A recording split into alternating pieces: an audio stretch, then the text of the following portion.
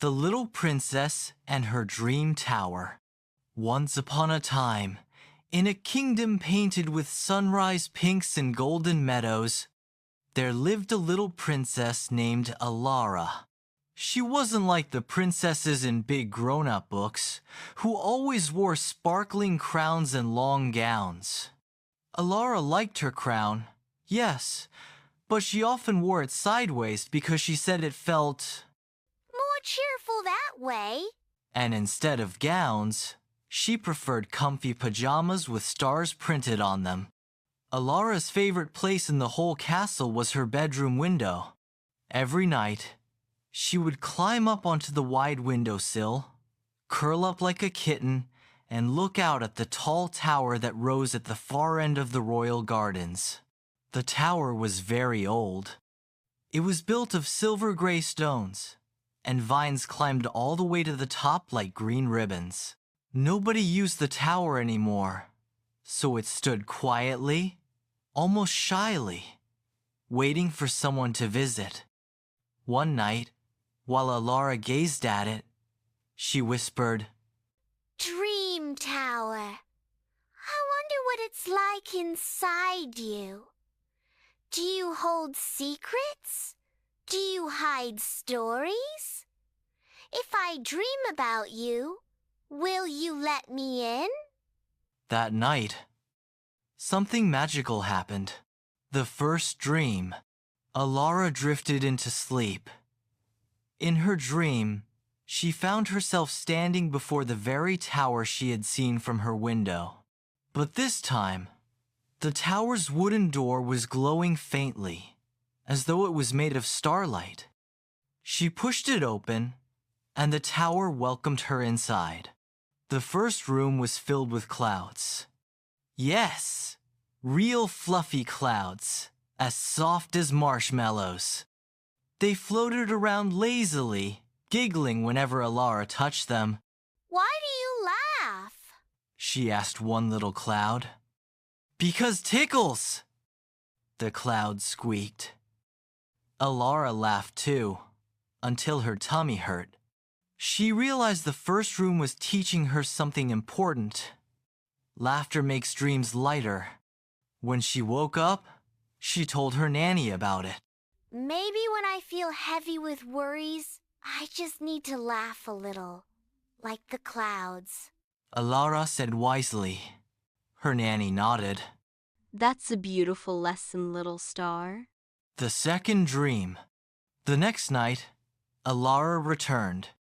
She hurried through the glowing door and climbed the spiral staircase to the second floor. This room was different. The walls were mirrors, but not ordinary mirrors. Each one showed a version of Elara doing something new. In one, she was painting with bright rainbow paints. In another, she was baking bread with flour on her cheeks. In another still, she was bravely standing on stage, singing like a bird. Elara gasped. Are these all me? The mirrors shimmered back. They are all the you that you can be. Elara pressed her hands to her chest. She felt a tiny flame of courage begin to glow there. The second room taught her, dreams show us our possibilities. The next morning, she picked up a paintbrush and tried painting the royal roses. The roses didn't quite look like roses, more like pinkish potatoes, but she smiled anyway. The third dream. On the third night, Elara climbed higher. The tower door opened to a garden inside the walls. Birds sang lullabies in languages she had never heard, and flowers glowed with silver moonlight. A little fox trotted up to her. His fur was coppery like autumn leaves, and his eyes sparkled with cleverness. Hello, traveler. What do you seek? Said the fox. I don't know yet. Elara admitted. Then walk with me, said the fox. As they strolled, the fox explained.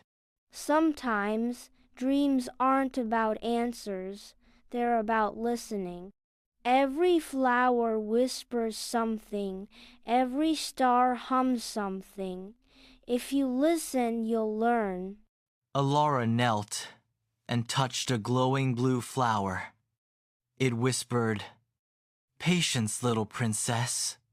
Patience grows everything." She touched a yellow blossom.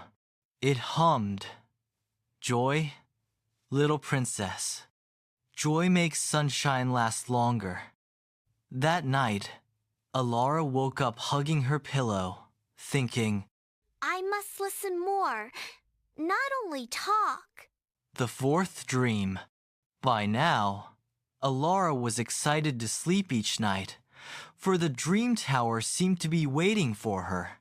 On the fourth night, the room was filled with books. Thousands and thousands of them. They flew like birds, opening their pages as wings.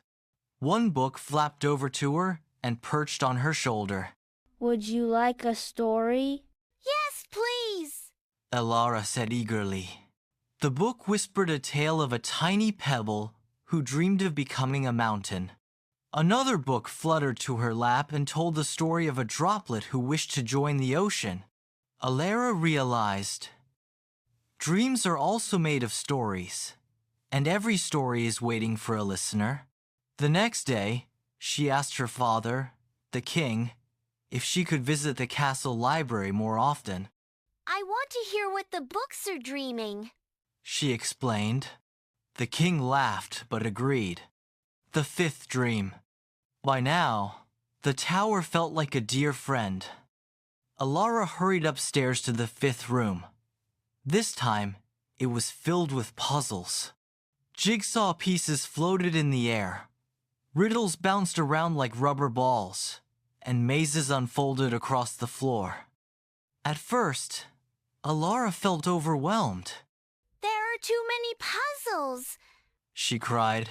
Then a little riddle bounced onto her head and said, Start with me, one step at a time. She solved the riddle.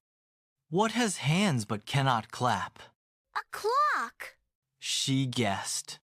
The riddle squeaked happily and disappeared. Piece by piece, Elara solved puzzles. Slowly, she discovered that the puzzles weren't scary at all. They were just friends waiting to be understood. The lesson was clear. Big problems become smaller when you take them step by step. The sixth dream. The sixth room was very quiet. So quiet that Elara could hear her own heartbeat. In the middle of the room was a crystal pool, as smooth as glass. She leaned over it and saw her reflection.